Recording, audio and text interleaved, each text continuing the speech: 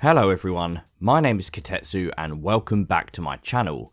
So yesterday I was trying to make a comparison video between the different variants of the Great Unclean one and their new War Scrolls, and then I kind of got sidelined by this new death announcement with the new battle tome that's coming out.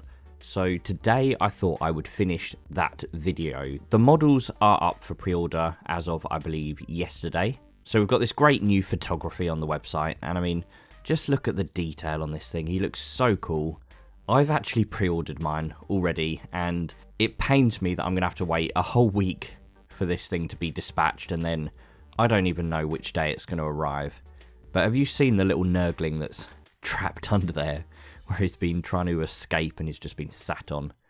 That's pretty cool. The models look really great, and obviously with this pre-order announcement we have also had the new War Scrolls.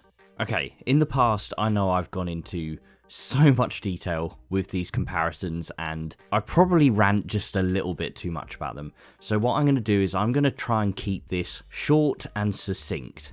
On the left we have the old War Scroll, on the right we have the new one. I'm going to kind of gloss over the differences between them, and if you want to read them in more detail yourself, you are welcome to do so.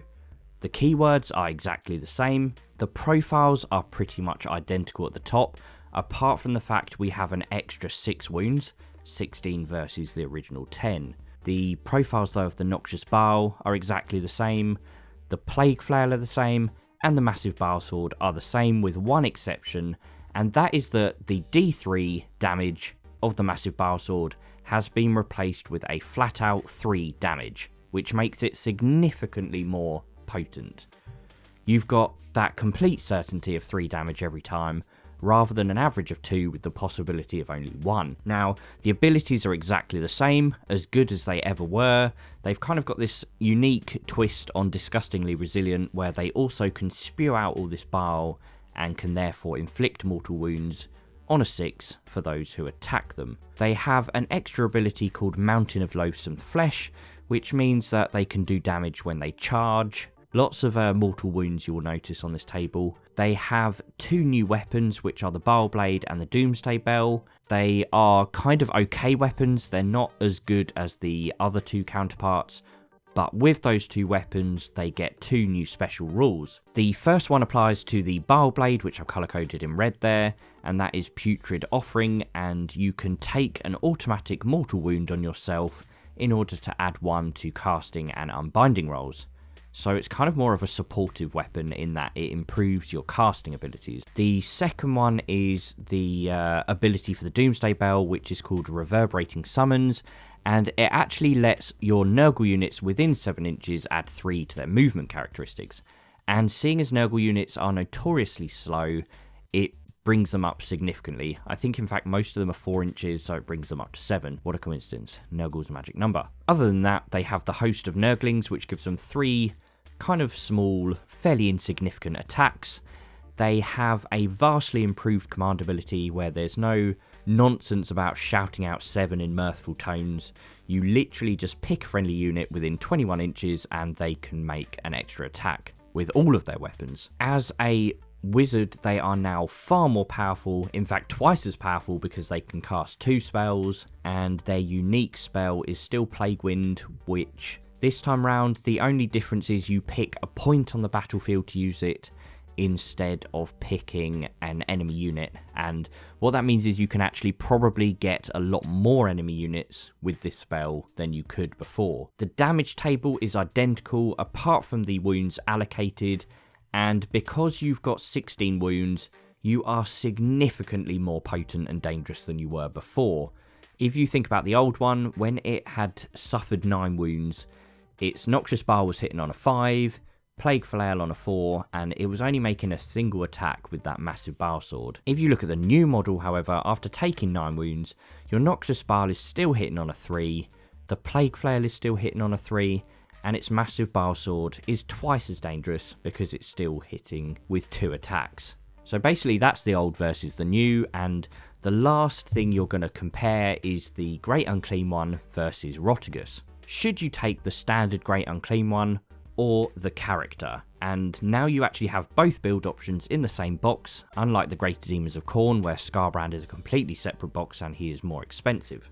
First difference is obviously you get more build options as you would expect with the standard Great Unclean one, and you have different weapon options anyway. So replacing the Plague Flail, you have the Gnarl Rod, and the reason I say the Plague Flail is because if you actually look at the profiles of the two weapons, they're very similar.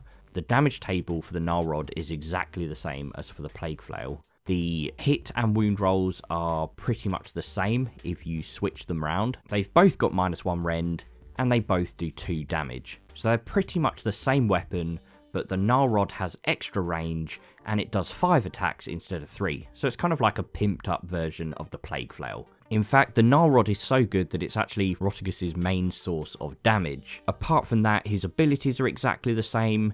He loses his Noxious Bile ranged attack, and instead he gains the Streams of Brackish Filth. The Noxious Bile is actually kind of more dangerous in a 1-to-1 situation, because you are on average going to be making 2 wounds with that, whereas the Streams of Brackish Filth gives you a 50% chance of making 2 mortal wounds.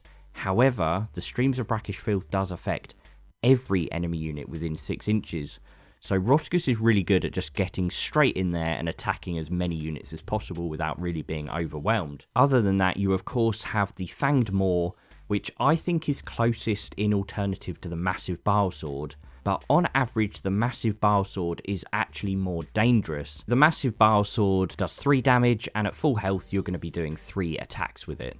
And that is significantly better than D3 attacks, which on average is 2 and a damage of 2. And also it means at maximum potential, the Massive Bile Sword can do more damage too, because if you get all of your attacks through, you're going to do 9 damage versus 6 damage with the Fanged Maw. So overall, the Massive Bile Sword kind of wins, despite the fact the Fanged Maw actually hits more easily, and wounds more easily in fact. The only other real difference, to be honest, is that you have the Deluge of NURGLE rather than the Plague Wind, and what you do there is you roll 7 dice, and for every dice that beats the number on the damage table, which starts off at a 4, you are going to inflict D3 mortal wounds to a unit. And the way that I read this, you have to pick a different unit for each separate dice. Now, it's very ambiguously worded, as all of Games Workshop's slightly more confusing rules are, so if you disagree with me on that interpretation, please let me know down below. But if you think about it, the Gnarl Rod and the Fanged Maw, considering they're kind of alternatives of the Plague Flail, they have the same rend, and it actually makes the choice between having a fully kitted out Great Unclean one for combat and Rotigus kind of not that straightforward. If we just look at these tables here really quickly, because I don't want to bore you with numbers, I've taken the 3 different builds, and obviously the top 2 can be kind of mixed and matched a little bit, so it's not as clear cut as you have to have the Plague Flail and the Massive Bile Sword. You could take the Flail with the Doomsday Bell, for example, but you'll see that the middle guy is basically inflicting 2 damage, which is not very dangerous. The top guy is doing about 6 damage, which is pretty decent, considering his resilience and his rend. And Rotigus is doing about 7 damage. Yeah, so on average, basically about 1 damage more. Just to let you know, this is just picking a bog standard 5+ save target, so nothing particularly special, but probably the standard sort of infantry you're going to come across in the game. However, if you look at Rotigus, he actually will do almost, well, pretty much 8 wounds if you do manage to get those 3 attacks in with the Fanged Maw. So he's slightly better at standard, and then on top of that can do a little bit more if you are lucky. I think the other consideration with Rotigus is actually the fact that because most of his damage comes from the Gnarl Rod, as you take damage yourself, you're going to notice that decrease in damage more than you are with, say, the Plague Flail and the Massive Bile Sword. So I think his damage drop-off is actually going to be a bit more severe than the bog standard Great Unclean one. So yeah, anyway, that's my whistle-stop tour. I hope it wasn't too long. I hope it wasn't too in-depth. I wanted it to be quite quick, and I would be very interested to know what you are going to build, which one you're going to use. I've seen a guy on Twitter who's managed to magnetize pretty much the whole kit to be able to swap everything out, and I personally am going to go for the top guy, but I will have my first attempt at trying to magnetize this kit so that if I want to add the Doomsday Bell and have the Plague Flail, I can do that, because I do actually like the extra mobility of the Doomsday Bell, but I like the damage output as well. Yeah, let me know what you guys are planning on building with this kit, if at all, and thank you so much as always for all the support you've been giving me, and I will see you guys soon.